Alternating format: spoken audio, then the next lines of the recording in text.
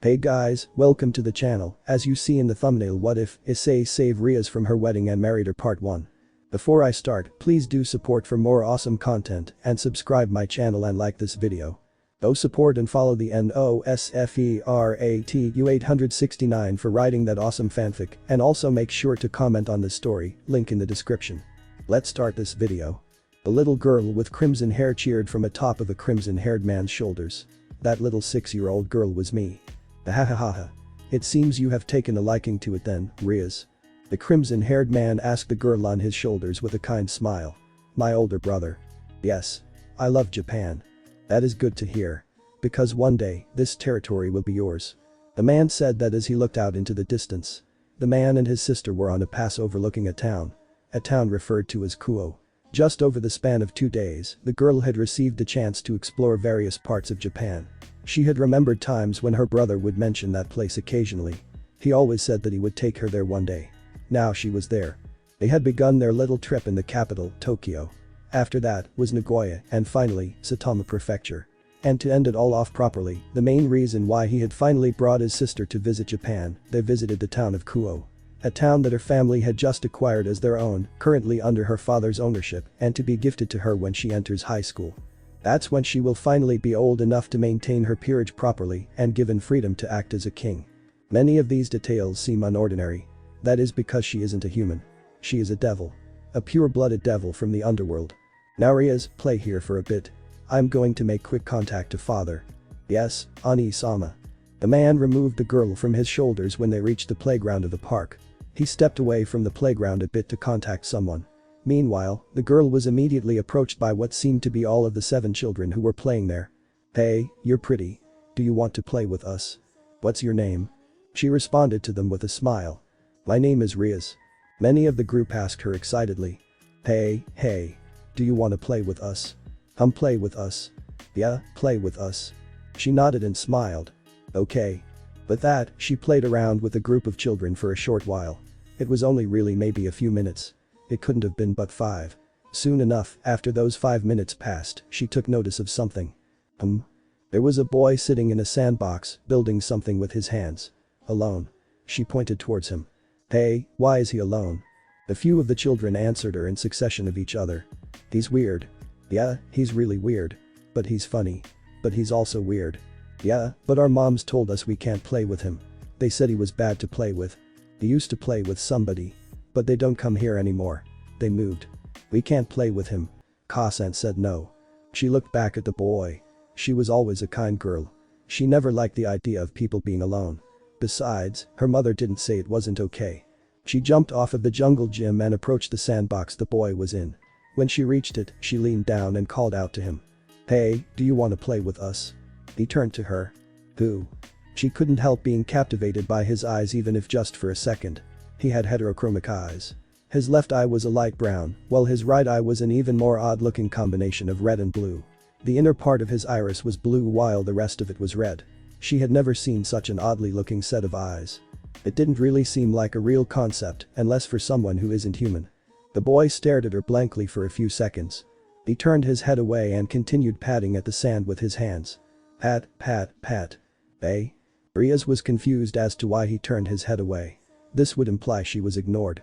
She tilted her head curiously. Hey, don't you want to play? The boy didn't respond at all. He didn't even turn to her. He simply continued patting the sand with his palms. That was when her eye caught onto what the boy was doing with the sand.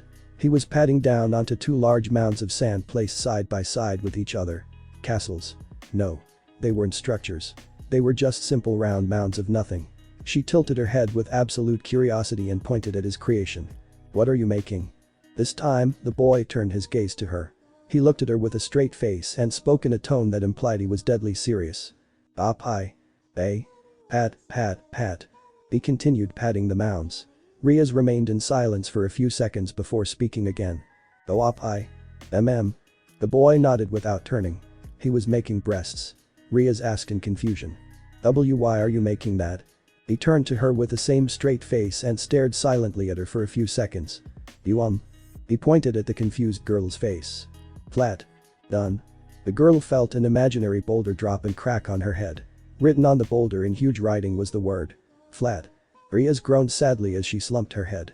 She looked down at her chest with a sad frown and little teardrops at the sides of her eyes. She poked her chest with her fingers. Flat. She couldn't help but remember her mother's bountiful bust as she sulked about not having them yet. Bread? She heard the boy speak. She looked back up only to realize they were face to face. You Rias was startled by his sudden appearance. He was staring blankly at her. Or more specifically, her hair. Red? Eh? Red? She looked down to her hair. My hair? He nodded. Do you want to touch it? He nodded again. Okay. Then, here. She slid near him and leaned her head forward a bit. Instead of grabbing her hair however, he lifted his hand up and stroked her head gently. Whoa. Rias hummed in amazement. The world around me had completely faded away. It was quiet. The only thing she could place her attention on was the gentle petting from the boy's hand. She was so engrossed in the atmosphere that she didn't realize how long it was going for. She was brought back to reality when she felt the petting stop. Eh? She lifted her head back up. Heh. The boy was showing all of his teeth in the widest and most innocent grin she had ever seen. Bread is my favorite. Slowly but surely, a smile grew onto Ria's face as well. Do you want to make something too? The boy asked her excitedly. She smiled and nodded her head. Rias stepped into the sandbox and sat down beside the boy. He quickly destroyed his previous creation to allow for them to make a new one. Rias asked the boy her most prominent question. What's your name? Ice. He answered her enthusiastically while patting out the sand to make it flat again. Ice. I'm Rias. Hi Rias. He answered while continuing his patting. Rias decided to ask about her question from before. Ice. Why are you alone? At that moment, he stopped patting the sand and lost his smile. He stared blankly at the sand for a while in silence. Ice. After a few seconds of silence, he randomly smiled and asked her excitedly. What do you want to make? Rias was taken aback by his reaction. She answered nonetheless. A castle, right. Okay. He had already begun gathering sand before her. She joined with some hesitation. She noticed him making his own creation on the side while helping her with hers. It was another single mound.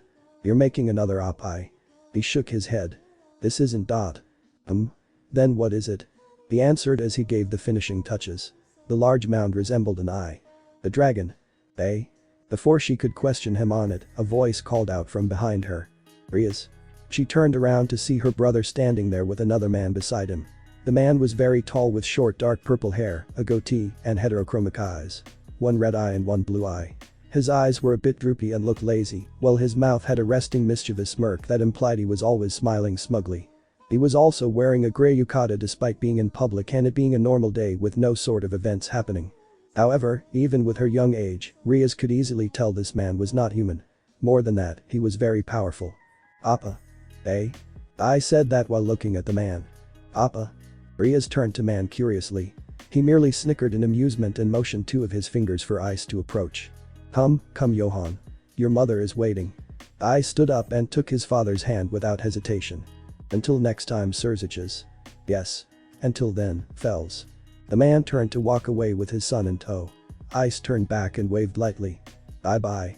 With that, they began to walk off. Rias waved despite them already building distance. Come now, Rias. The brother referred to as Surziches picked Rias up into his arms. Ani-sama. Who was that? Him? Ah, well he is well. Do you remember that story you once studied, the one about the man named Faust? The magician. Yes, him. Well, that man is the devil who made that deal with the great magician. He is Mephisto Fells. Otherwise known as Mephistopheles. Mephisto Fells. She gazed at the two figures gradually disappearing into the distance. Or more accurately, Ice. But doesn't that mean that Yus is a devil? Yes, he is.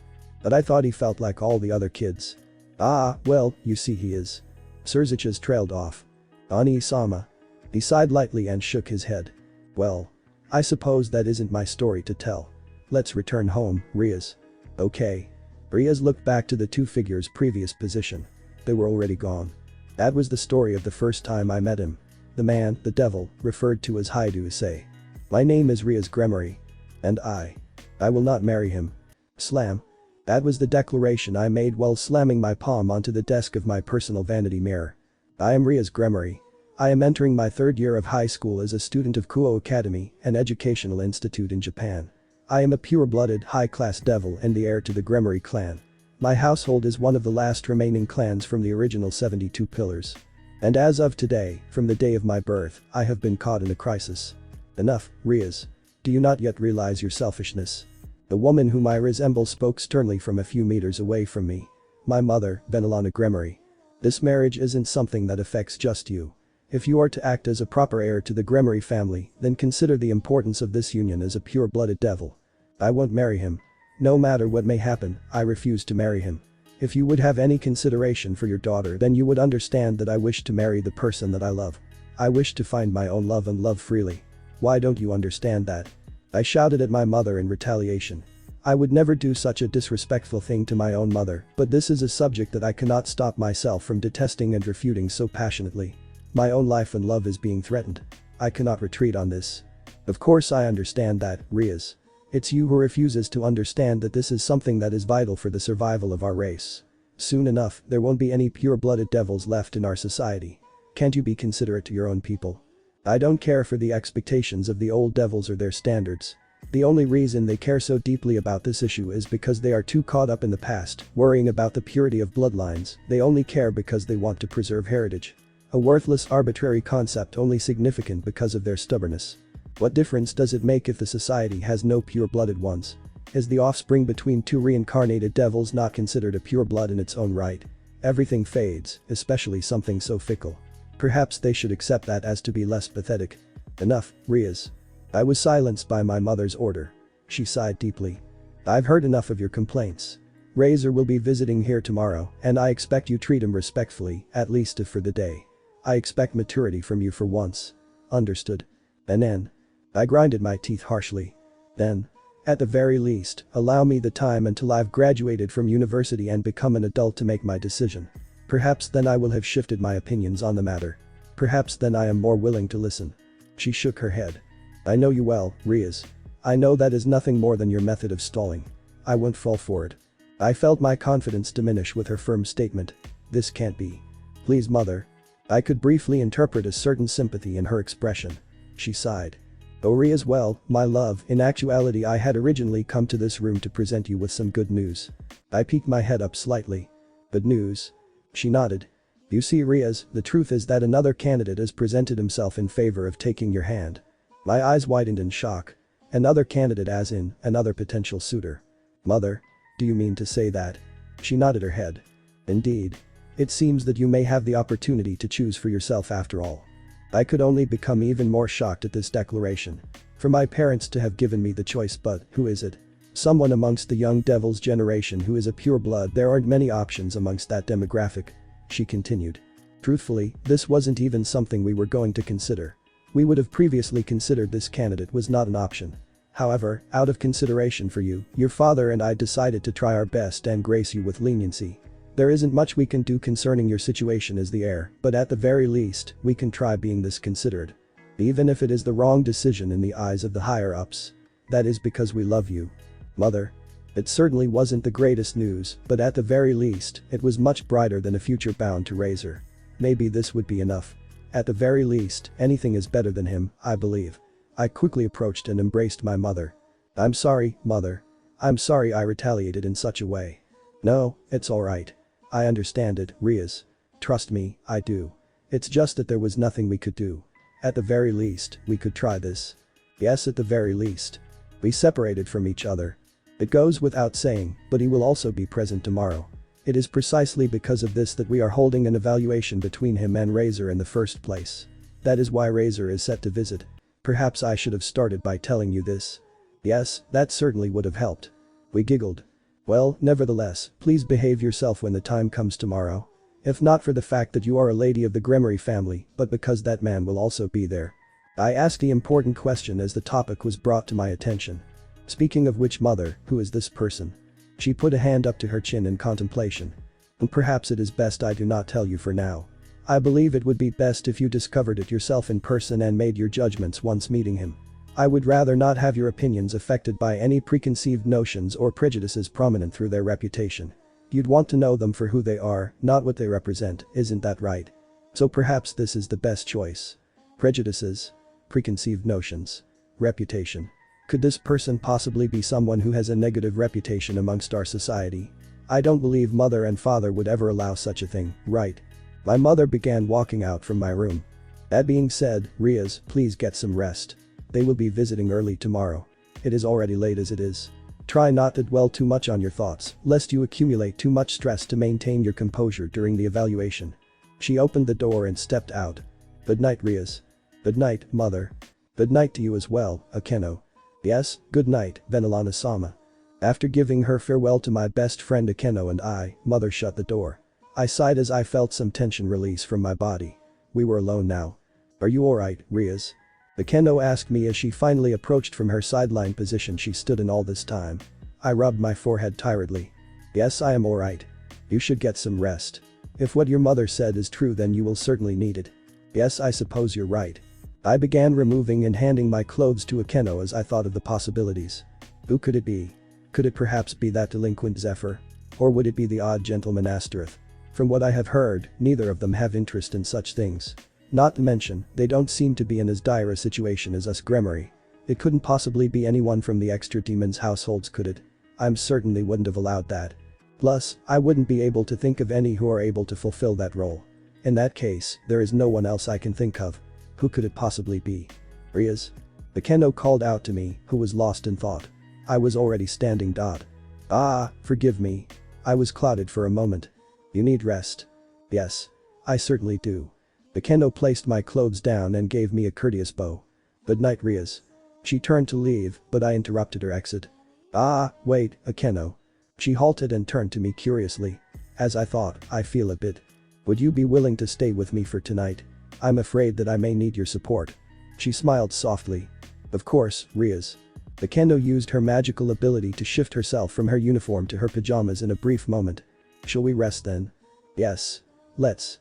Akeno shut the lights of my room off as I placed myself on my bed. She joined me shortly after.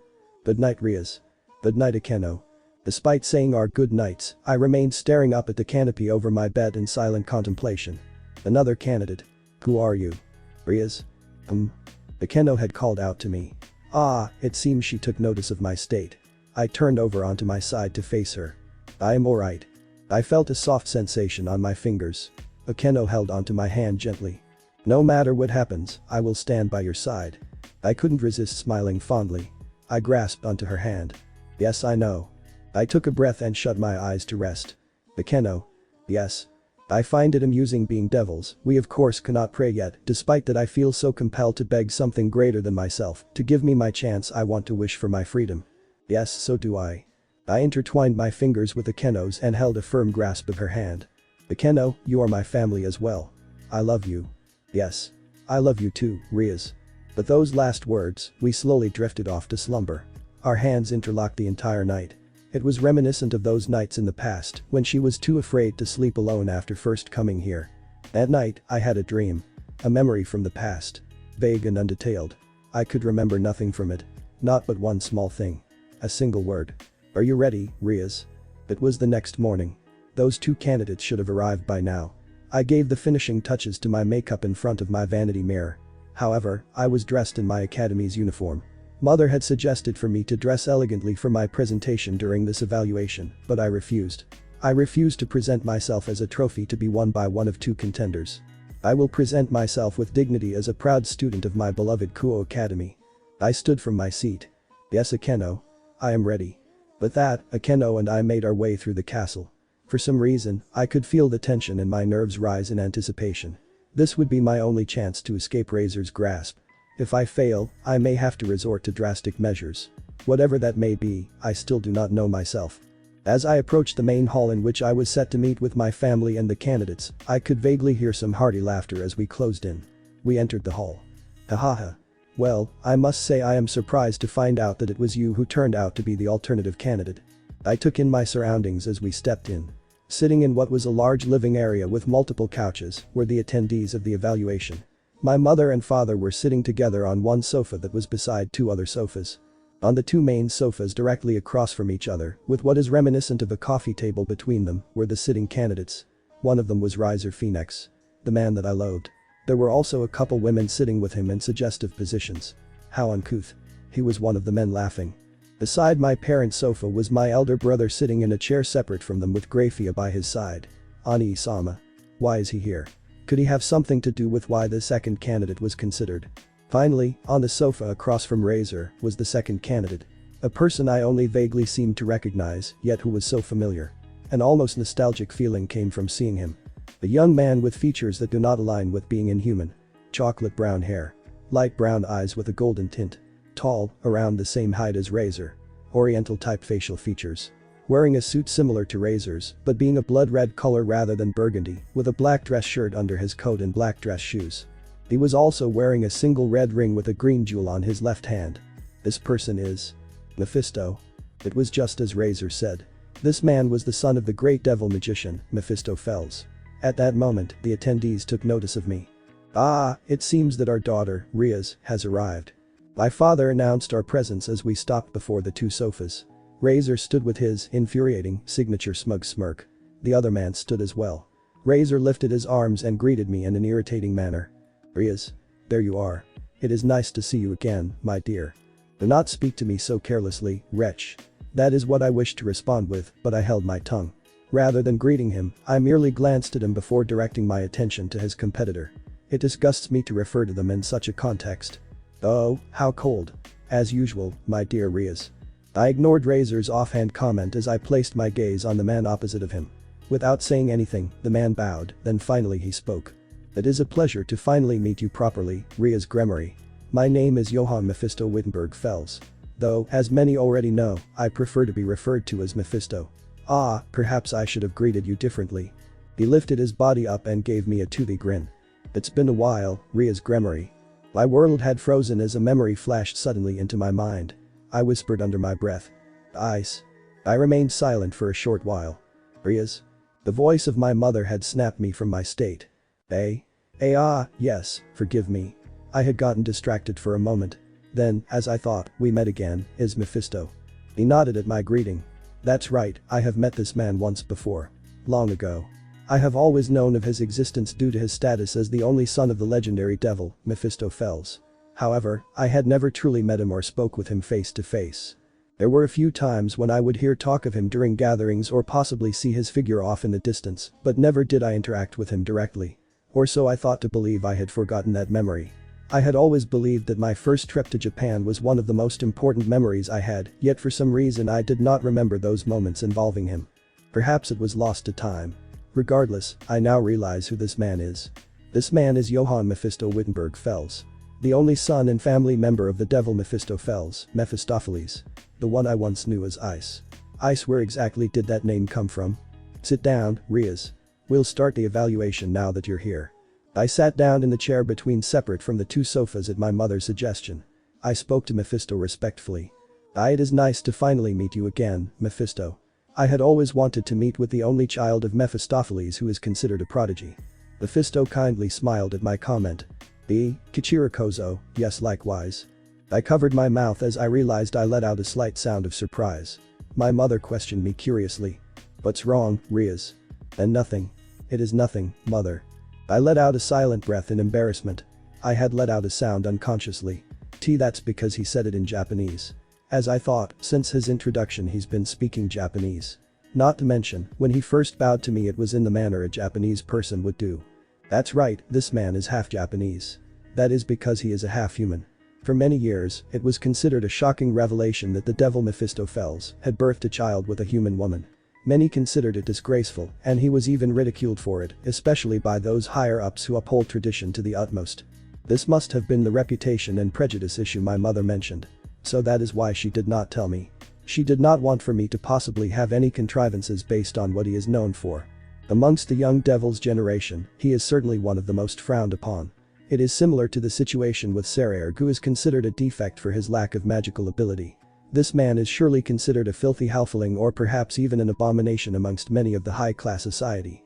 I have heard those whispers as well, and though it disgusted me to think many would judge someone they didn't know, I never believed it involved me personally, so I wouldn't interfere. Regardless, I shouldn't let this detail affect my proper judgment.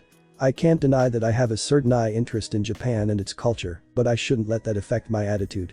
I must remain composed. As a lady should. Ahem. I cleared my throat, only to realize once my gaze was drawn to Mephisto that he was sitting with both legs crossed on the sofa. That sitting posture. That is surely how many young Japanese people sit. I have seen it countless times at the academy. Although it may be a universal sitting posture, it is certainly most common amongst Japanese young folk. Why am I so focused on these details? Every day I am surrounded by Japanese students, not to mention Akeno who is Japanese. So then why does it seem more significant now? Could it possibly be because he is a high-class devil raised in the underworld like myself that it shocks me so much? But he is Japanese after all, so maybe it shouldn't surprise me. But he has lived in the underworld for seemingly his entire life, or at the very least after that day that I met him. More than that, he is the son of Mephisto, so of course I would be surprised when someone from my society can act in such a way naturally. That contrast is simply too much to process. Not to mention, he is actually Japanese unlike me who is simply enamored with the culture. A high-class Japanese devil, it's obvious that I would not know how to react to something so amazing. Nevertheless, I must maintain my composure. I shouldn't let this affect the evaluation. Though I say that when I think about his competitor. Alright then. I'll start asking the questions. Let's begin, shall we? I was snapped out of my thoughts again by the voice of my mother. Alright, the evaluation. Now it is time to see whether this man is someone better than Razor or not. Though I don't have any doubts about it. I'll begin asking about some pleasant topics first. How about some recent events? We'll start with Razor. But that the evaluation began. Unfortunately, it began in a manner that I did not find pleasant. Mother started out with topics meant as small talk or pleasant conversation. I did not mind this, as it is quite commonplace to start out these interactions in such a way. What did irk me was the fact that Mephisto and Razor were both casually exchanging pleasantries as if they were companions. They were laughing together. As I thought, that isn't too dissimilar to my own experiences as well, Mephisto. Ahaha. Is that so? Yeah, well, that's just how it is sometimes, huh? Though, that is something we can probably hold the media accountable for. Yes, indeed. It's all a result of the population being a majority reincarnated humans. The media has taken a reform in the image of the human world's version after all. Razor finished while taking a sip of his wine. Why? Why is this happening? Why would they be speaking as if they were friends? Is it because of Razor's superficial charm? Could they have perhaps been friends from the start? Could it be that this all simply a ploy between them to force me into giving up my hope for a free future? Disgusting. How truly devilish, but I will not submit. Even if it comes to this, I will not submit. I will not marry Razor. Alright. Settle down, boys. I am glad you are getting along. However, I think it's time for us to present the more vital topics, isn't it, Venelana? My father turned to my mother. She nodded. Yes, of course. This is it. The true evaluation. Now the discussion will be about important topics. But if my assumption is correct, then there's truly no point to it. Well then, I shall start with Razor. Razor. Of course. In that case, I'll ask the most obvious question then. Why exactly do you want to marry Rias? Razor placed his glass down on the table and spoke. Well, of course I am doing this with great consideration for the future of Devil Society. This union is one that is considered vital for the survival of the pure blood heritage. Not to mention, this is a decision that my family had themselves decided. I of course wish to respect it and follow through. Besides, I see no great disadvantage to taking the hand of the beautiful Rias Gremory of the Gremory clan. I held back my urge to gag vocally. Do not smirk at me, you pig. I could care less how respectfully you word yourself, that does not change the fact that you are a mongrel. I see. A good answer. I will move on to Mephisto then. Mephisto. Mephisto bowed his head respectfully. Yes, ma'am. Oh, my question is the same. Why exactly do you want to marry Rias? It is quite curious that you had presented yourself as a suitor.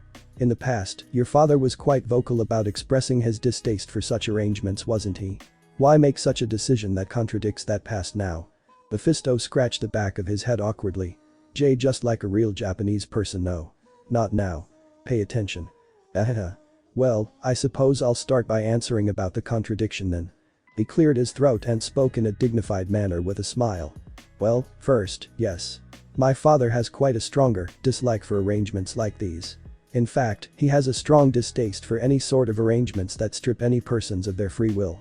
He considers himself a libertarian and does not enjoy the prospect of being forced into certain positions or duties. It most likely has something to do with his past with the original Satan. Regardless, I am the same as my father in that right, so I believe that arrangements like these are outdated or simply unnecessary. What? Have I misheard? If I'm correct, he just expressed his mutual distaste for these arrangements, isn't that right? So then why exactly is he doing this? He continues. That being said, I believe that anyone should have the right to their freedom. Especially if it concerns love or marriage. Even more especially if it concerns a woman. I am getting off track. Excuse me. My answer to the question. Why do I want to marry Rias or why have I presented myself as a suitor is a bit complicated. But if I were to sum it up, I would say that it is because I wanted the idea of choice to be presented in the arrangement. Idea of choice? What does he mean by that? Mother asked him. Could you elaborate on that? Yes, of course. Ahem. He cleared his throat once more and spoke casually. When I first heard news that Razor and Rias were to be married, I was quite young. At that time I thought nothing of it and quickly forgot. However, I recently heard of this subject again with Razor's statements concerning his fiancée over the media. That's when I found out that there was an arrangement between the two families to have the heirs married off. Again, I thought not much of it until seeing more on the media. It was during one of Rias Gremory's statements regarding her feelings on the arrangement where she expressed her complete contempt and disgust for the idea. I had a bit of a laugh when seeing her reject it so adamantly, I have to say. I could feel my parents' stern gazes over me. Yes, I remember that little incident. It had already been public information, but it had become a hot topic again thanks to Razor's big mouth. That was when I became exasperated at the mentioning of the topic and expressed my opinions over the media. That remained a story for a short while. Mephisto continued. Now, with that being said, I simply made my choice based on that realization. What realization? He answered my mother with a smile. That Rias Gremory was being forced into a marriage she didn't wish for, of course. She raised a brow. I see, but what exactly does that have to do with your answer? Well, that is my answer. Pardon. I presented myself as a suitor to give Rias Gremory a proper choice. Rather than having her being forced into a marriage she despised, I thought it better to give her the option of marrying Razor Phoenix. After all, she did express quite openly about her dislike for Razor and the idea of marrying him. I could feel the confusion around me and the others. A choice. He presented himself as giving me a choice. What is his reasoning? As in, at the very least you won't have to marry Razor. That sort of thing. In my confusion, Razor asked him with a bit of sternness. Wouldn't that imply that you are only asking for her hand so that she wouldn't have to marry me? As in, only presenting yourself as to directly interfere with our union? Isn't that it? Mephisto waved his hands frantically. Eh? No, wait. That's not necessarily what I was implying. Well, actually what I was trying to prevent is that well, what I mean is as I thought, it's still a bit complicated. He laughed awkwardly while scratching his head. He didn't give any straight answer. In terms of the evaluation, that may have lost him some points. I would say he was already at a great disadvantage since he isn't pure-blooded, my parents only considered him out of kindness after all. So, from the start, this was in Razor's favor.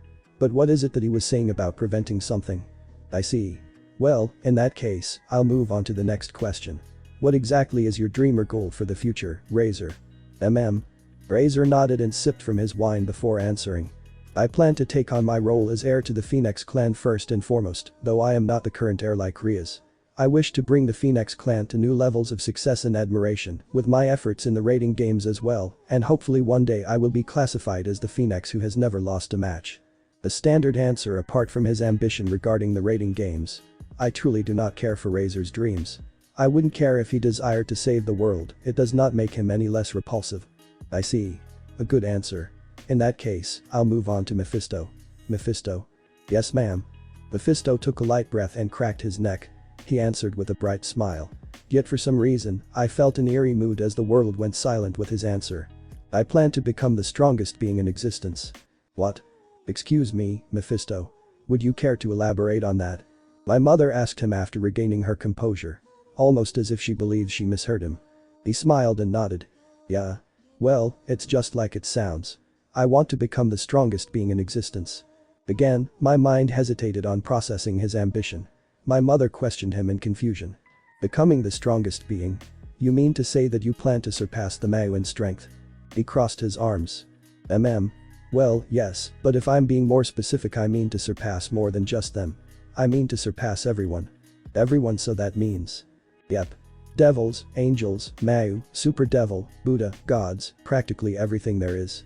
But if I'm being very specific then I would have to say that I want to surpass the Apocalypse Dragon as my main goal. To my knowledge, he is the current strongest being in existence. I believe at least. Mother asked him with hesitation. How exactly do you plan to do that? Step by step of course. He answered with a smile. Step by step. He lifted his left arm near his cheek. As you know, I am this generation's current Securitate. That's right. How could I have forgotten such an important detail? This man is the Securitate. The Welsh Dragon Emperor. It is the result of him being born as a half-human. I do vaguely remember hearing the news of it when I was younger. Perhaps when I was around 10 years of age. That's when the story of the Securitate was all over the news. As it turned out, the son of Mephisto Fels ended up possessing the mid-tier Longinus, boosted gear. Otherwise known as the Red Dragon Emperor's Gauntlet. One of the 13 Longinus, the strongest sacred gears in existence. After that story, I do remember many of those who ridiculed Mephisto quickly silenced themselves. Mephisto continued. As the Securitate, it is my ultimate dream to achieve domination. That is why I will surpass all living beings. Maybe even the dead ones, haha. But I started that journey out step by step. First, my goal was to surpass high-class devils, but I achieved that goal quickly when I was young. Then, my next goal was to surpass all past hosts of the Securitate. I achieved that as well. Next, my goal was to surpass every devil in the young devils generation. I also achieved that goal. My current goal is to surpass the level of ultimate class devil, with my base strength of course. What? He made such astonishing claims. You mean to say that he has surpassed all of the devils in our generation? Including Razor? Or maybe even Saraerg, who is now being considered the strongest of us? My mother raised a brow in suspicion. Pardon me, Mephisto, but you say that you have surpassed those in your generation. You mean to say that you have already surpassed others like Razor in terms of power? As well as someone like my nephew, Saraerg? He nodded. That's right. I'm already beyond the level of the young devils. Isn't that right, Surziches-sama? Why, he asked Ani-sama, who was sitting quietly in his chair. What? Why is he asking him? Ani-sama smiles. Ahahaha. Well, this isn't really my discussion to interfere with. No backup. Mephisto makes a sad pout at his response. I don't understand. Why did he ask Ani-sama of all people? Mother eyed them both suspiciously. Tell me something, Mephisto. I'd like to know about your reputation with the higher-ups. The Mau, to be specific. My reputation. Mephisto tilted his head. That's right. There is more to his reputation than just what is on the surface, isn't there? Yes. Your reputation is a bit odd. There are many who think lowly of you simply because of your nature as a half-human, but that isn't what I'm referring to. Nor am I referring to your reputation as a prodigious magician. I am referring to your reputation with the high-level officials like Mau. Many times have we heard and seen instances in which officials and other respected figures will advocate for you during times of ridicule. You seem to have some sort of oddly secretive reputation that only the high-level influencers seem to know. People like Dihauser Belial, Zekrom Baal, and even Surziches and the other 3 Satans. This surely can't be because of only your magical prowess, because you have yet to have done anything extraordinary with that skill. Unless, there would be certain achievements we don't know about. Yes, I do remember times when I would hear of someone influential speaking highly of Mephisto. This despite him not seeming out of the ordinary aside from his skill in magic thanks to his heritage. So then, why exactly would people like Ani-sama give him the benefit of the doubt in different times? Now that I think about it, since Ani-sama is here, could it be that he and Mephisto are in on this together? Ah, well, you see, that is well. Again, he didn't have a clear answer. He could only smile awkwardly while moving his hands in the air to point at things that weren't there. My mother sighed. As I thought, things are not looking good for him as a candidate. Razor snickered. Haha. Well, I'm not sure about what your relationships with the heads are either, but I couldn't care much of that. What does interest me is your earlier statement. Your statement about being stronger than me. Razor said that with an amused brow raise. True, it was shocking to hear him claim that. For him to say that he is stronger than Saraerg is something I find hard to believe. Though, he does have quite a unique aura about him. Perhaps it is the influence of the Securitate, but his aura is very oppressive. It does not match with his light-hearted personality at all. The contrast is somewhat unnerving if I must say. Mephisto laughed heartily. Ahahaha. Sorry about that. I didn't mean it in a bad way or anything. I know how much your pride means to you, so of course I'm not belittling your strength. I'm just telling the truth. Razor scoffed and asked with the same amused brow. Pardon? You mean you weren't joking? You mean to imply that you are truthfully stronger than me? No. That's not what I'm implying at all. Mephisto smiled while waving his hands to show lack of animosity. Razor scoffed in surprise. But then. It's what I'm saying. Ha. Razor raised a brow with a confused expression, but more than that there looked to be a subtle irritation. What? He just. Would you care to repeat yourself, Mephisto? I seem to have misheard you. No, well, what I'm saying is that I'm stronger than you. Or actually. Mephisto closed his eyes in a smile and shrugged his shoulders apologetically with his hands up. I'm just better than you in every way. Crack. The wine glass in Razor's hand cracked slightly. It began slowly leaking wine onto his hand. As a narcissist, Razor is someone who cares about his appearance and presentation above all. Yet he is not moving to clean himself. Razor-sama. One of the female servants sitting with him wiped his hand clean with a napkin. Razor slowly placed the now empty glass onto the table. His expression is masked by a few shadows on his face. He leaned back to his original position and spoke in a low tone. Forgive me, but I believe that my hearing is not the best today. Would you be willing to repeat that once more? Mephisto spoke with the same smile. Stop trying to defend your ego, scum. On. Razor's foot landed harshly against the table. The wood cracked under the pressure. Hey, Brad, what did you just call me? Mephisto continued speaking the same unmoving, happy smile. I called you what you are, scum. Ah, maybe scum wasn't good enough. With that ego you want to be at the top of everything. In that case, you are worse than scum. You are beyond garbage. You are less than a maggot that eats the remains of carcasses. You are pathetic and your ego is fragile. Your victories only come from the fact that your opponents are too naive to realize any method of defeating you. Your harem is nothing but a representation of the concept of Stockholm Syndrome. You. On. Razor's foot landed upon the ground while taking a chunk of the table with it. I will give you this one and only chance. This will be your only chance to apologize. After that, I will not accept any apology, even if you beg for your life. Mephisto put his hands up. Ah, okay. I'm sorry. I apologize then. The aura around Razor decreased a bit, but I'm sorry that you can only satisfy women who can't leave you. Snap. I could practically hear the moment Razor snapped as he stood up abruptly. He lifted his hand in the air and suddenly spawned powerful flames out of his palm. But in that split second of his time preparing a strike. He hesitated. That's because Mephisto's smile was gone. He was staring up at him with a hollow gaze. His eyes were as black as an abyss. Enough. My mother stood from her place and interrupted the exchange with a yell. Razor's flames dispersed and the air was filled with silence. Mephisto was sitting there with a completely casual expression. What? Didn't I just see him do something in that quarter of a second? What did? Mephisto, thank you for coming, but I believe it is time for you to go. My mother spoke to Mephisto in a stern tone. He smiled awkwardly. Ah shit. Looks like I blew it, huh? My bad then. He stood from his couch and placed his hands in his pockets while shrugging. Oh well. Too bad. Looks like it's Yakitori's win again. Boom. Razor immediately spawned his flames once again, but before my mother could intervene, a hand landed on his shoulder. How about a spar? It was Ani-sama. Surziches, what are you doing? He did not answer mother's question, instead he just directed his attention to Razor. Now, Razor.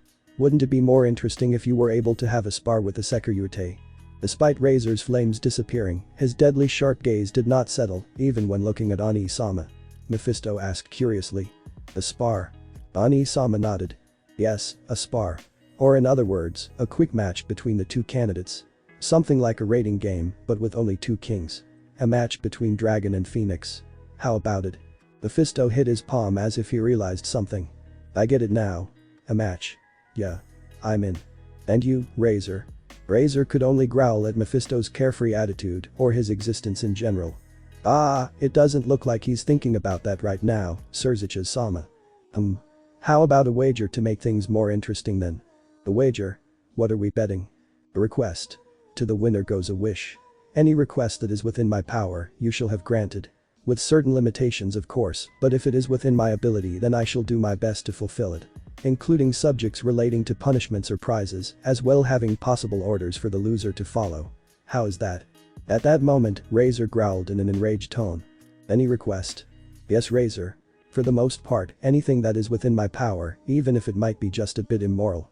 Razor's eyes bore through Mephisto's skull. Then when I defeat this, grant me the right to kill him. Very well. Ani-sama agreed to his request. Mephisto scoffed in amusement. Oh. Scary. The veins on Razor's forehead pumped blood through his skin as his eye twitched. Never in my life had I seen him so infuriated. Ani-sama turned to Mephisto. Then what is your request, should you win, Mephisto? Mine? Mephisto rubbed his chin while holding his eyes shut tight. He resembles a child who is attempting to think deeply about something. After a few seconds he hit his palm in realization. Ah. I got it. He lifted up his index finger and announced it proudly. In that case, I wish to make one single decision on behalf of the Gremory household. One that cannot be overturned except by the current heir herself. What? My father stood up beside my mother in shock. Ani-sama nodded. Very well. However, you can make no decisions that affect their finances, status, or well-being as a clan.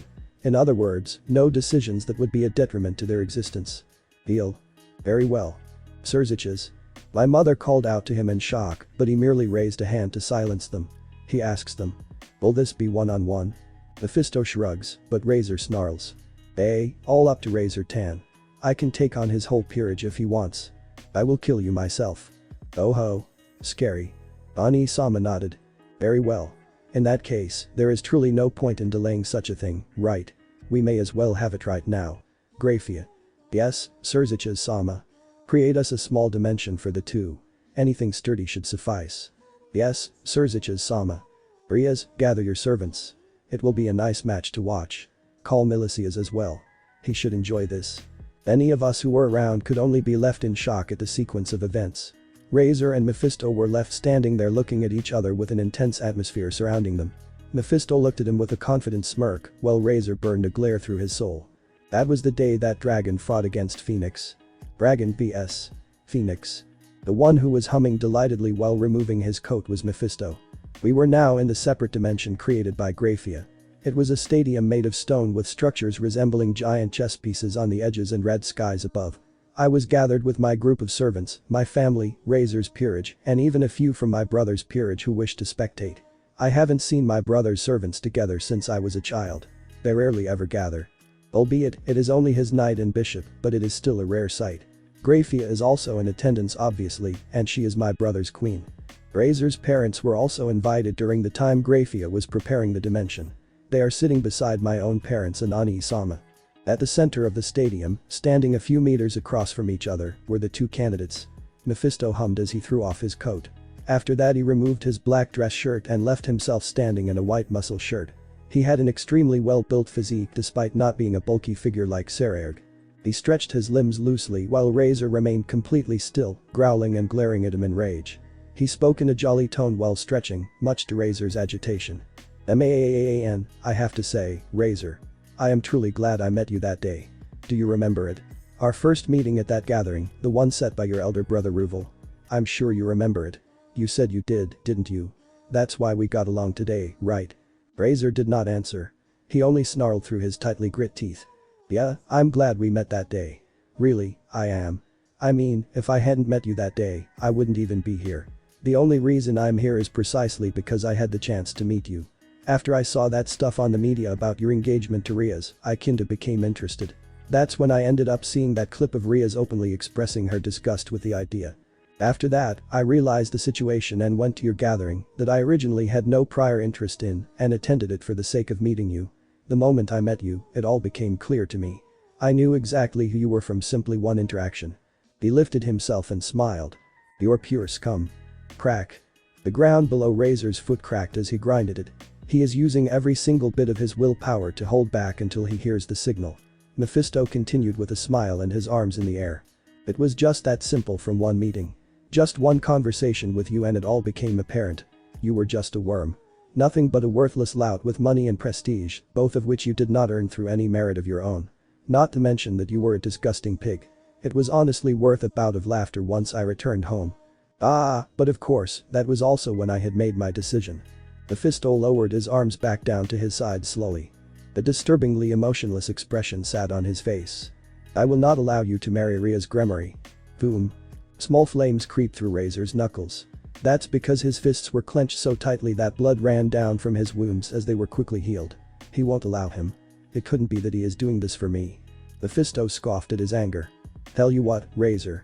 Out of respect for taking this challenge, I will make you a promise. I will not use a single magical spell of any kind throughout this entire match. No, even better. I will not use a single ounce of my demonic power at all throughout this duel. How's that?" Mephisto he promised not to use magical spells or demonic power. But, is that not his method of offense and defense? How is he meant to fight back? I could hear my brother's bishop, McGregor Mathers, speak from the side next to my peerage. Ho ho. How interesting. So he plans to fight that way. How odd. I've never seen a fight between Mephisto or anyone else. That father of his was always very adamant about remaining secretive with his son's abilities or practically any information regarding him. The only thing we know is that he is a master magician like his father before him. However, if he is the Securitate, then perhaps. HMPH. What foolishness. Razor will make a quick example of this crude halfling. McGregor rubbed his chin in intrigue while Lord Phoenix scoffed condescendingly. McGregor always loves to explain things to others. However, what he says is true. Mephistopheles has always been known to be a mysterious character, along with his life being a mystery in general. No one that I know of has seen him fight, except for maybe higher-ups like my brother, somehow. Mephisto was said to have won a few unofficial matches against some, but details were never released about. Mephisto raised his left hand near his face and held up 2 fingers. I'll give you 2. The moment he said that, the green jewel on his red ring began glowing, then. Boost. An announcement was heard. When I looked closely at Mephisto's hand, it held some odd jewelry on it. What is? That is the boosted gear. My father analyzed the chains on Mephisto's hand with confusion. The boosted gear? But how? That is not a gauntlet. Instead of a gauntlet, what was on Mephisto's hand was an odd red chain glove. There was a red metal wristband on his wrist, and out from it came multiple chains. The chains connected to metal finger bands resting on each of his fingers, one of those bands being his ring. No wait, all of the finger bands were now rings just like the original. There released an odd green light, and every part of the metal chain glove was red. What is that? Boost. Once again, a light flashed from the rings on the chain like gloves. Mephisto lowered his hand back down. That should be more than enough. Making it too unfair is a worthless idea. Right, Drake. I could physically see Razor's body begin to visibly slouch and shake from pure rage. I could no longer see what sort of bloodthirsty expression he was making. Drake the Welsh dragon, huh? I could hear my brother's knight, Sauji Akita, make a comment. He is the personal instructor of my own knight beside us, Kibayudo. My knight asked his instructor. Master, who do you believe will win? Akita nodded his head. Surely, Razor Boy will not stand even a chance. He declared Mephisto the winner without hesitation, my knight asked dubiously. You don't believe Razor-sama can win? Akita scoffed and leaned back in a relaxed position. Not even against his finger. It was then that the image of Graphia appeared overhead in the sky. I will be moderator to this duel. The only conditions to this match are this. 1. The audience is not to interfere with the duel. 2.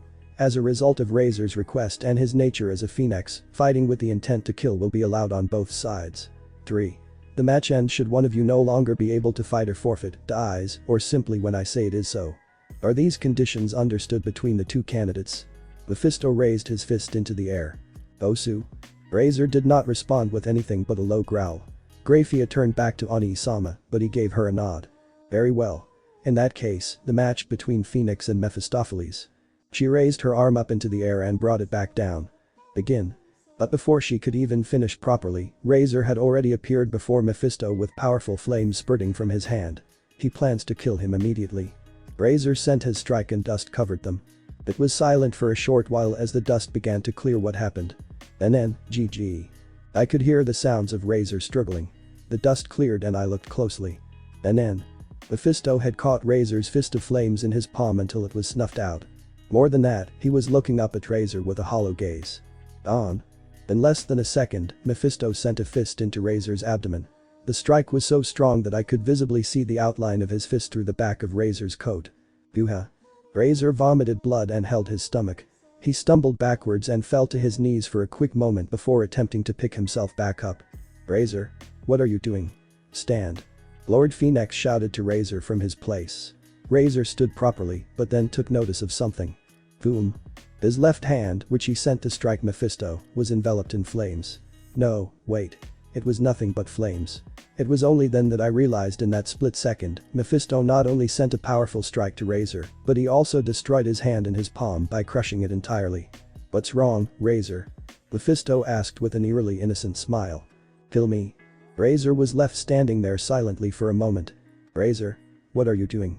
Kill that scum. There are no consequences to it. Win. Razor was snapped out of his shock by his father's voice. He quickly shook his head and took on an enraged expression. He spawned his fiery wings and took to the sky. He created multiple fireball attacks and launched them relentlessly at Mephisto like a Gatling gun. Mephisto did not move. Mephisto was eaten by a large cloud of dust and smoke as the attacks continued and subsequently ceased.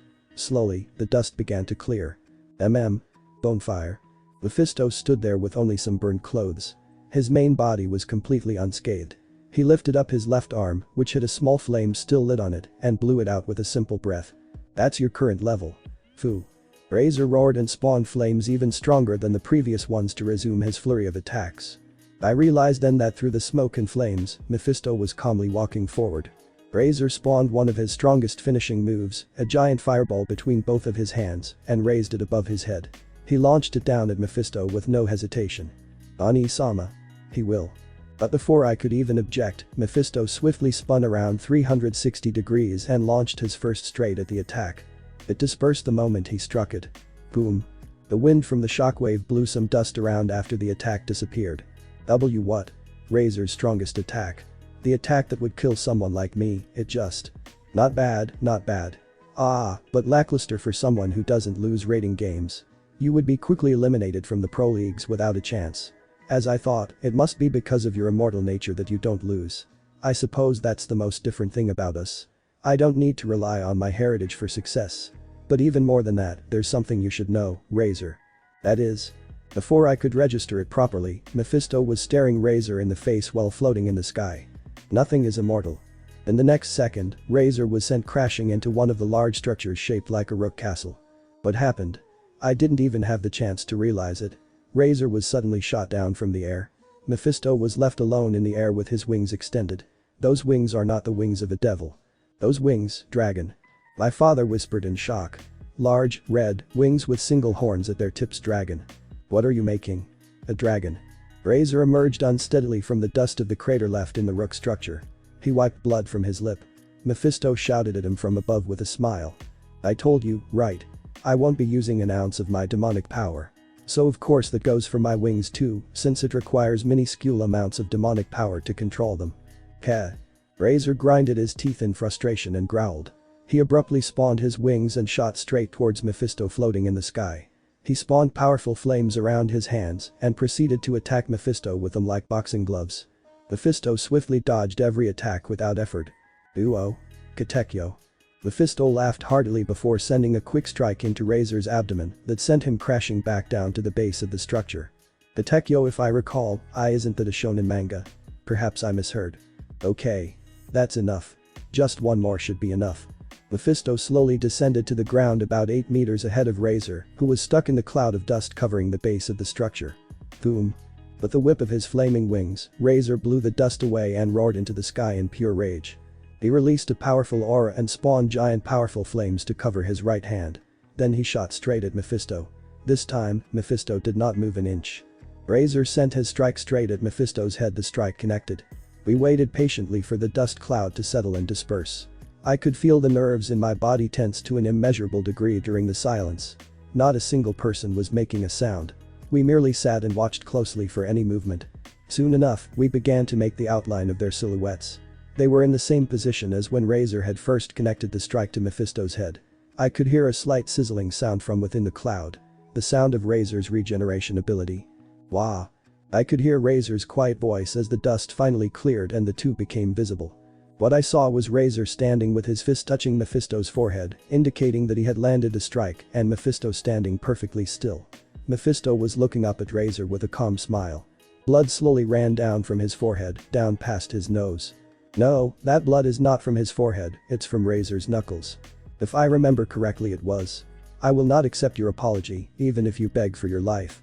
That was the only thing Mephisto said, before Razor's body suddenly shot back to the base of the rook structure once more, this time with more force. Mephisto stepped closer to the structure's base, placing him only 5 meters ahead of Razor. He stood there silently waiting for Razor to emerge. Boom. Razor shot out from the base without any warning. But the moment he reached Mephisto, he was sent straight back to his original position. Before I knew it, Razor had been caught in a spider's web. He was sent crashing back to the structure whenever he tried to attack. He was sent back every time. Not a single one of his attacks would connect, and he would be subsequently launched back after each one. The same process repeated itself without fail. Razor was never given the chance to attack. With every attempt, he would merely be sent back to his position. Even if he tried to fly up, he would just be sent back down. No matter which direction he tried to take, he would be sent back again and again. At some point, it felt less like Razor was even trying to attack and more like he was attempting to escape from his position. No matter what he did, he would just be sent back. Nowhere to go and no way to attack. It was no longer even a match. Mephisto did not even break a sweat. Thud. Razor fell onto his stomach and struggled to bring himself up as the rubble from the structure slid off of his back. He lifted himself unsteadily by using his knees as support. His body was shaking at this point. "Do you feel it, Razor?" Mephisto spoke in a low tone. His expression was masked by the shade of his hair. That feeling of being stuck in a place you cannot move from. Unable to make any decisions that aren't superseded by someone with more power than your own, for someone with pride in themselves to only be brought down in submission by something they cannot control. That feeling, it's mortifying, isn't it? Razor remained on his knee with no words. Every single person listened intently as he continued his speech. "You feel it, don't you? That feeling of injustice towards yourself. The feeling that this isn't what should be happening to you. It's not fair. You feel it, don't you? If you do, then maybe you understand." For the first time, he had a gaze of anger that pierced through Razor's soul. "Maybe you understand a fragment of what you've put Rias' Gremory through then." I could only make that sound as my world had stopped moving. I was frozen in time, with no idea of what was happening. The only thing I could hear was that phrase echoing through my mind and through my heart. "Someone like you, I couldn't imagine being stuck with you for eternity. You are, and your disgusting leering. Your superficial charm. Your inflated ego. Your irritating opulence. Your repulsive objectification of women is what is worst of all. To act as if you own people. Let me tell you something, Razor." Zip. Mephisto suddenly appeared standing above Razor. A dark shadow was cast upon his form that masked his expression. What did shine through the darkness were two glowing blue-red eyes. "They don't belong to you." Deep in Mephisto's eyes was a gleam that implied he held a certain grudge from his past. A grudge unrelated to Razor, but related to the type of person he was. Razor snarled and gathered his courage and power to attack once more. Mephisto sent one strike with his left hand that stopped Razor's attack. "Ha!" Razor looked to his right arm, no. To where his right arm was previously at. The right half of his torso had been destroyed. Thud. For the first time, Razor fell to his knees and grasped at the right side of his body in pain as it desperately tried to spew flames. However, the flames looked unstable and weak. His wound was not healing properly. "What this feeling?" Razor growled in pain. That's when Mephisto opened his left hand and something fell down to hang from one of the bands on his fingers. That is, the thing that hung from the chain connected to Mephisto's metal finger band was a Rosario cross. "This is a small item I took in preparation for our little confrontation. I thought it would turn out useful. After all, the regeneration abilities would be quite hindered by such a thing, right? What, how? Holding that with the body of a devil? It's impossible." Razor struggled to speak through the pain and shock. "I am not holding it. It is my power. Can't you tell that it is a part of my sacred gear? How it isn't possible? The boosted gear has no such ability." "Of course not. It's one that I implemented myself." "That isn't possible. With the body of a devil. It would have an adverse effect. It isn't possible to combine it." Razor is right. It has to be impossible. It already takes an outrageous amount of willpower to do anything different to one's sacred gear, let alone changing the exterior design of Longinus. But to implement something holy with the body and blood of a pure devil, even if just half of it, it's absurd. Perhaps with a reincarnated devil. No, but even then it would not be possible, lest their body or at least part of it was not devil. It simply cannot be, can it? Mephisto scoffed. "It isn't my concern if you are simply too feeble-minded to realize the possibility of it. It's true that I have the body of a half-devil, but fortunately, there's a vital part of me that happens to be quite different. Would you like to guess what it is?" He ended his sentence with a devilish grin. For the first time, I could faintly see fear in Razor's eyes. He stood up abruptly, not yet fully regaining his arm, and stumbled backwards. "For you to have gone this far. Are you so adamant on destroying this union? Do you not realize the importance of this marriage? What does it mean to the Devil Society as a whole? What does it mean to our heritage as pure-blooded devils?" "Heritage?" Razor silenced himself at the sound of Mephisto's low voice. An almost look of disgust was painted on his expression. "Someone prideful like you who views others as trophies, heritage is something that can be considered sacred to many. Don't speak as if you truly care about heritage, you worm." Razor snarled, but I could tell his anxiety was rising. "Even so. This is not something which only affects Rias. This is for the future of all pure-blooded devils. To interfere with something so vital to our species. It's absurd." Mephisto shrugged. "In the same way you ignore the hardships of one person, I will ignore the worries of the many worthless pure-bloods. It is none of my concern whether pure-blooded devils fade out. I am not a pure-blood after all. So consider this my gift for the years of special treatment I received. And so it's the revenge that you want. Mephisto shook his head. Don't be ridiculous. As if I care about getting revenge on those who are lesser than me. I don't mean weaker. I mean lesser. For example, you who are not only weaker, but also scum. You are certainly lesser than me in every way. That's why I don't care about getting revenge on someone like you or anyone else like you for that matter. TCH. Then what is it that you want? Why do you interfere? I told you that already. I am a libertarian. I believe in freedom. My goal is to save Rias Gremory from her fate. But above all else, my ultimate goal. He pointed straight at Razor. I will not allow you to marry Rias. Pulse. I felt a pulse in my heart. Razor flew up into the sky and raised his arms above his head. Mephisto took a stance with his left arm held back as if he were charging it up. How did that humiliation feel, Razor? As an adult with the pride of an egomaniac, how did it feel to be completely brought down into submission? Now imagine what sort of feeling that would be for an innocent young girl with a passion for true love and pride as a woman. That. A dark red aura began to slowly envelope Mephisto's fist. Is all the reason I need. Pulse. Flame spawned from Razor's palms and began to form a fireball. A large and powerful one. One more powerful and large than any he had ever made before. One that could possibly shake the dimension we inhabited once thrown. The odd red aura around Mephisto's hand began to grow and increase in power. The power from it created winds around him that blew away dust. The pressure from it began to crack the ground below his feet. Even red sparks of lightning would appear and run across the ground before disappearing. What is that power? It isn't demonic power. Is it dragon's power? Riser Phoenix. The person you are now, you do not deserve power. You do not deserve fame. You do not deserve riches. You do not deserve respect. You do not deserve even a single woman you claim to own. But even more than that, above all else. Razor's fireball continued to grow more and more until it surpassed 3 times the size of his body. The flames were unstable and ready to burst.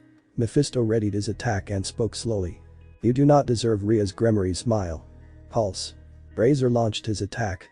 And with one strike, Mephisto's powered fist collided with it and the entire dimension shook as the stadium was covered in dust. The world was silent. The dust slowly cleared enough for us to see. Whoosh. The calm wind cleared the final specks of dust in the center of the field, left standing in the same position as Mephisto. A crater that was massive enough to be considered part of the entire stadium sat under his feet. His top half of clothing was nothing but strings. He looked up at the sky silently. Gee. The sky of the dimension was cracked and had tears in it. We wouldn't be able to stay here much longer. However, even more than that, the place in which Razor was at was empty. Instead, what fell from his spot, slowly descending from the sky, was a golden feather with flames emerging from it. The feather. It was only then that I realized it. Once the feather landed ahead of Mephisto's shoes, I realized it. In legend, when a phoenix dies and is reborn, it is rebirthed from the flames poured onto its final remaining feather. Considering that it was something that did not happen since the Great War, it was not something I had known until thinking of it. That flaming feather which was slowly but surely taking on the form of a person. Right there, before our very eyes, Razor had died. And turned to our direction. He waved casually. It's over. The silence remained for a few seconds. All until I noticed Oni-sama tap Graphia from the corner of my eye. Riser Phoenix-sama has been defeated. It is the loss of the Phoenix clan. Clap, clap, clap. Magnificent. A splendid display. Oni-sama clapped from his seat with amusement. The majority of us could only sit there in disbelief. Someone from the stands next to Razor's parents jumped out into the field. How could you do this? This is to go so far. It was the younger sister of Razor, Ravel Phoenix. She shouted at Mephisto in disbelief while looking down at her brother's now reformed body. HMPH. Mephisto gave a cool smirk with no animosity or negativity whatsoever and pointed his fist at Ravel. Let Razor know that I am willing to accept a challenge from him any time. If you have any complaints, I will be willing to listen to them at any time. Ravel could only stay silent. After that, Mephisto turned and began walking in our direction. When his gaze landed on me, he lifted his arm high into the air and waved at me like a child with a giddy smile. Come then. Let's go congratulate the winner, shall we? Oni-sama stood from his seat. His servant stood with him. With some hesitation, my parents followed suit. I also stood with my servants. Razor's parents remained in their seats in shock. Our group descended from the stands and walked onto the field. Mephisto stood there waiting for us with a smile. I won, Surziches-sama. Rias Gremory. Yes, well done, Mephisto. Would you like to tell us what your order on behalf of Gremory is? That's right. His request was to make a decision on behalf of the Gremory household. What will he order? He hit his palm with his fist in realization. Oh yeah. He suddenly stepped towards me and held his hand out in a gesture that looked like he was commanding me. And, on behalf of the Gremory household, I hereby disbar you from any forced engagements now and forever in the future, Rias Gremory. What? My father yelled in shock. My mother questioned Ani-sama. Surziches? You can't possibly let him do this. This is certainly a detriment to the Gremory household. Ani-sama smiled. I'm afraid I cannot do anything about it. What you may consider a detriment does not truly inhibit the well-being of the Gremory in any way. It is only the opinions of you and the higher-ups who believe that. In truth, this will have no serious effect on it. Unfortunately, as a Mayu I must keep my promise. Though there are no binding contracts for it, or perhaps you would rather have it sealed through a proper contract and made into Gremory policy. I would prefer if you simply agreed rather than taking your power from you and having you agree through official means after trying to obstruct a Mayu's vow. It would be cruel irony for that to happen, wouldn't it? My mother and father went silent at his response. There was nothing either of them could say. In that case, the request is granted. Congratulations, Mephisto. Or should I say, congratulations, Rias. Ani-sama. Ani-sama congratulated me with a smile. I could feel tears building up in my eyes. This cannot be real, this is a dream, this is surely a dream. I will soon wake up only to realize that this was nothing but a sweet dream, won't I? Mephisto jumped into the air while shouting victory. He gave me a V sign with his fingers and red team wins. A wide-toothy grin of pure joy. Pulse. The final powerful pulse of my heart shook my body. Rias, are you alright? Before he could even ask me, I had already jumped into his arms and pressed my against his own. Mephisto's awkward smile twitched in confusion. Only then did I realize I was still in his arms. I am sorry. I pushed myself off of him immediately. Nani? Nanda. Nani Gayata. He was left there with his hands pointing in different directions and a confused smile. He could only speak in unclear Japanese. My face flushed and my entire head burned with embarrassment. My head was spinning. I K'd him unconsciously. I jumped into his arms and K'd him without thinking. I have never done such a thing. It was my first yet, I don't seem to regret it. Ahahaha. It looks like this took quite a turn, Mephisto. It seems that your true prize ended up being Rias first instead.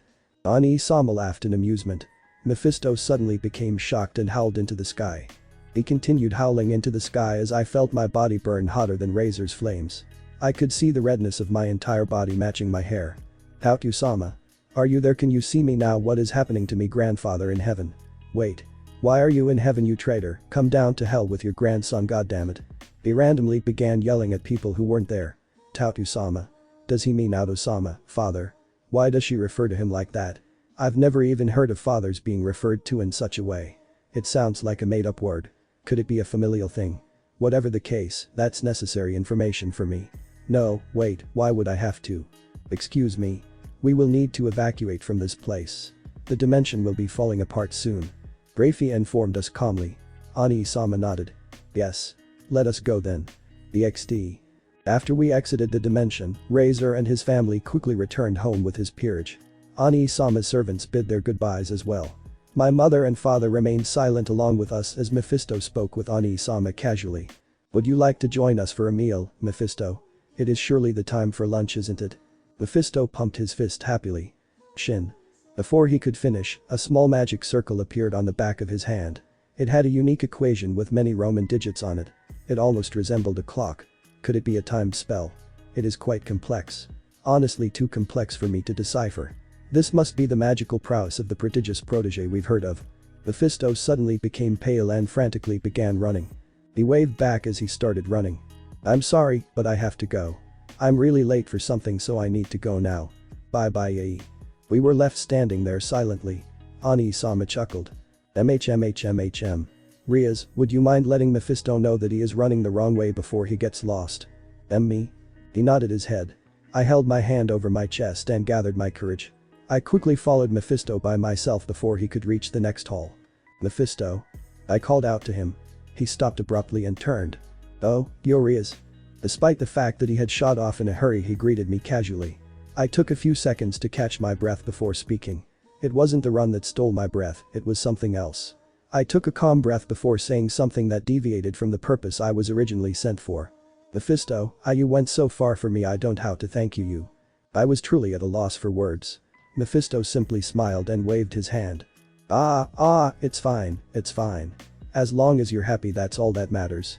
My face flushed at his response, my chest tightened as I spoke. I called the lump in my throat. Mephisto, Ice. He interrupted me. What did I do? What? My name. It's the name that my mother gave me.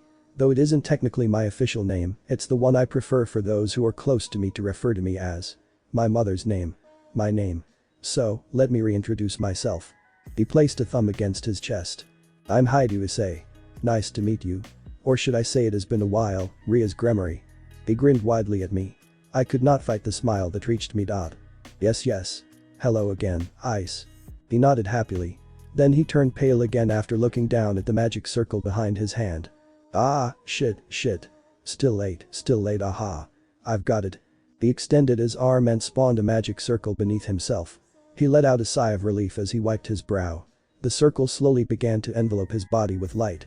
I decided to ask him one last question before he disappeared. Wait. I still don't understand what is your reason for doing all of this. Why did you save me? I asked a question that I simply wanted to hear the answer to once more. Just once more.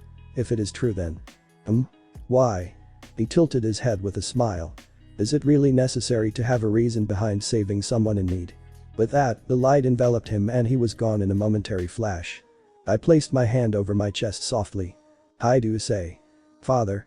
In the dim red light of a bizarrely designed room was a man playing mini-golf on a course that had oddly designed obstacles like one-eyed beasts and other miniature structures. An odd, almost distorted melody played on a 1950s record player and filled the room with sound. A golf ball fell into the hole post. Boya. Bogey. The man took the ball out of the hole and walked back to another starting point of the course. Another man approached him from behind. Hell Sama. The man in a suit called out to the man playing golf. The man playing golf wore a white magician's outfit. He had dark purple hair and lazy heterochromia blue-red eyes. He is also very tall, having a height of 195 centimeters. The elegant white outfit consists of a white top hat with pink and purple around the base, purple gloves, a tie that is pink with white dots, a white suit shirt and undershirt, jester-style pants, and pointed shoes. He resembled a magician or jester in almost every sense of the word. This man is no man. He is a devil. It seems that your son has done something quite bizarre. Boy, Johann. Good boy. He makes his father proud. The devil spoke in a light-hearted tone with a resting, mischievous smirk that implied he was always smiling. The devil set his ball on the ground below him. Yes, he seems to have disrupted the union between two families. An engagement between Phoenix and Gremory. An arranged marriage between pure-blooded devils, very nice, good choice. The devil positioned himself and readied his golf club. You don't find this troublesome for the reputation of the house, Fel Sama. Trouble and chaos, that is the motto of Mephistopheles. I am a libertarian after all. So is my son. Though, I am more of a libertine than anything. I see. In that case, I suppose the other news should interest you a bit more then. Boya. What is that? It seems that there is a certain unknown organization moving in the shadows lately. The Mayu have become worried about what sort of organization they are. Has anything happened to them? No, nothing yet it seems. They have yet to do anything. The only thing that makes them seem shady is the problem of many devils suddenly deciding to cut their ties and join the organization, only to not show themselves to the public anymore. The OOORING, not INTERESTED. I see. What about the topic of the death of the current sin of sloth? The devil's pointy ears flicked once. Boya. The sin of sloth. Indeed. It seems that the current, or should I say last, sin of sloth has been killed. He was killed 6 days ago. Is that so? Interesting. Who killed him? Your son. The devil froze in place. After a few seconds of silence, the devil's body began moving slightly in place, almost as if he was shivering. He let out a low humming sound. Or more accurately. He was laughing. He lifted his golf club and spun it in his hand. It suddenly poofed pink smoke and transformed into a black cane with a red spherical jewel sitting at the top. He made an elegant stance with his cane and pulled his top hat over his eyes. Only his glowing, left red eye was visible, along with a devilish smile. The dim red light cast a large form of shadow onto the wall. Yer, as they say. That childish son of mine surely knows well to keep things. The large, thin, and black mischievous form of a devil with a crooked smile cast itself onto the wall behind him. Interesting. Thanks for watching this video. If you really enjoy this video, like, subscribe, and comment down below, and turn on that bell notification. Don't forget to support and follow the NOSFERATU869 for writing that awesome fanfic, and also make sure to comment on this story, link in the description. See you in the next video. Goodbye.